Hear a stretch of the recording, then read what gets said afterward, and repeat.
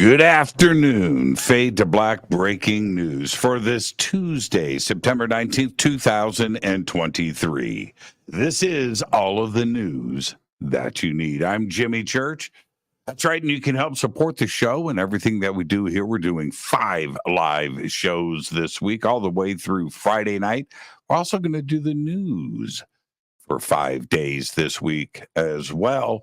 And you can get your Faded Black T-shirts and help support the show. The links are below, and you know what to do. Help support the show. Let's get straight to it. Lots to cover today.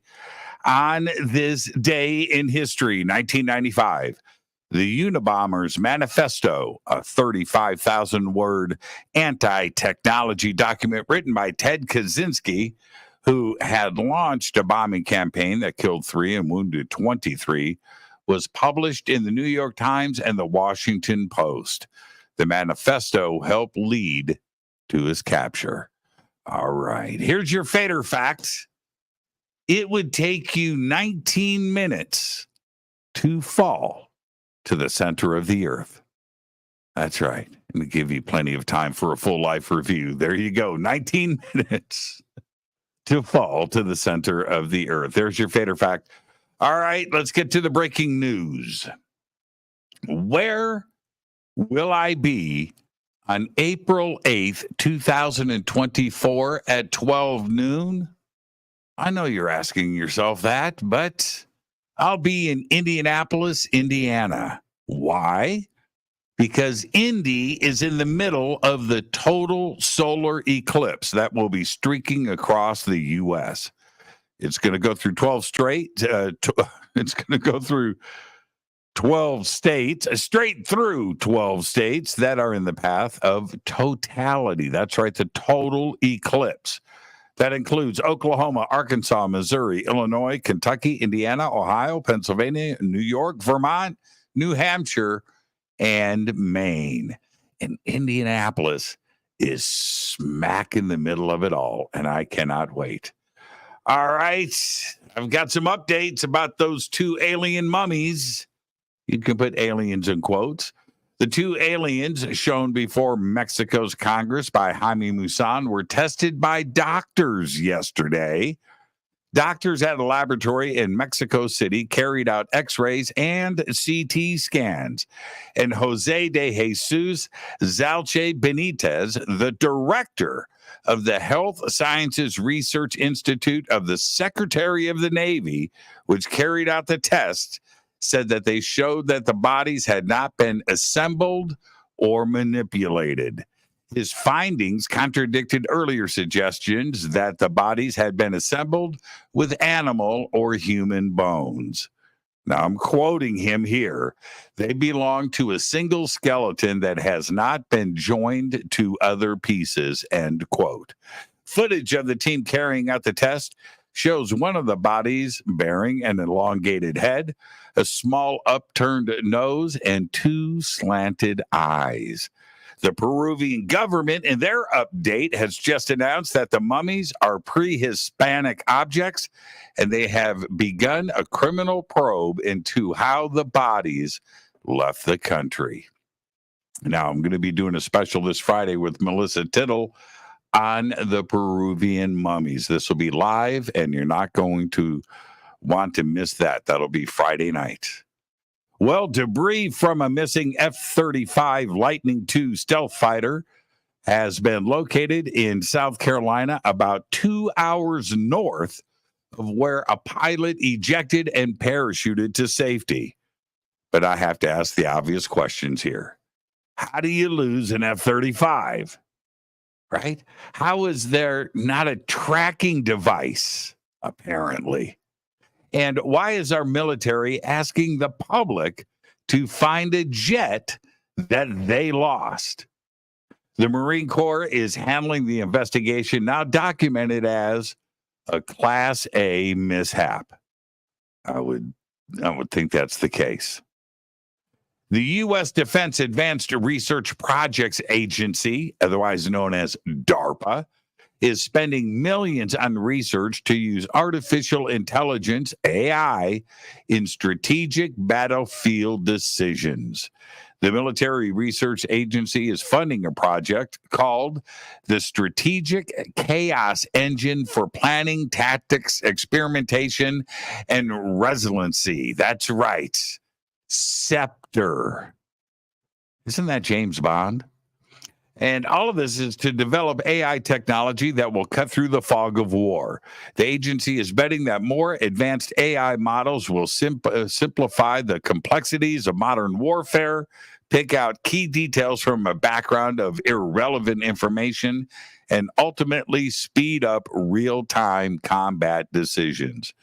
3 companies, Charles River Analytics, Parallax Advanced Research, and BAE Systems have received funding through the Scepter Project.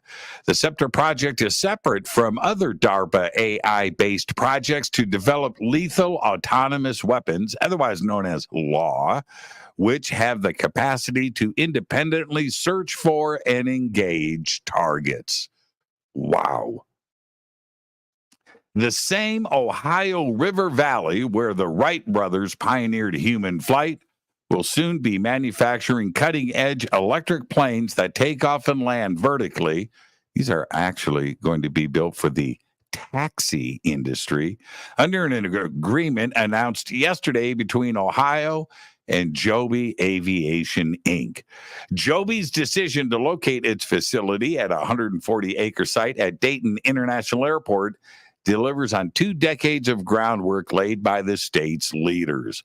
More importantly, the site is near Wright-Patterson Air Force Base and the headquarters of the U.S. Air Force Research Laboratories, Aero, and reverse engineered alien tech. Yeah. An almost complete dinosaur skeleton will be sold at auction in Paris next month.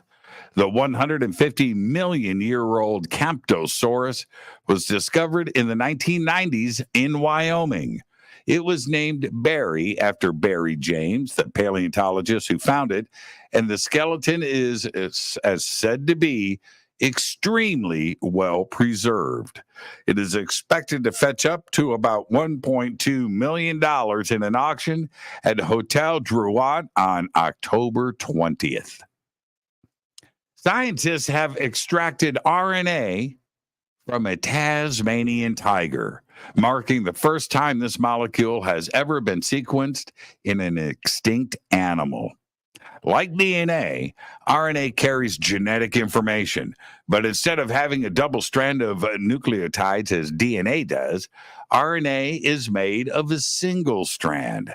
That makes it more likely to degrade over time and harder to extract from long dead tissue. The last known Tasmanian tiger died in a zoo in Hobart, Australia in 1936. And finally, I'll leave you with this. Pink diamonds.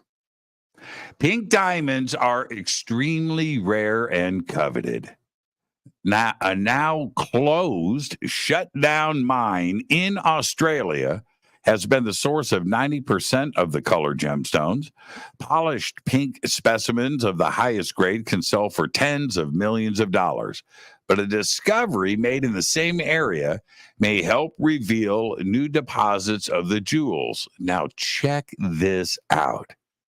Using lasers to analyze minerals and rocks extracted from the Argyle deposit in Australia, the researchers found that the pink diamond-rich site formed during the breakup of an ancient supercontinent called Nuna.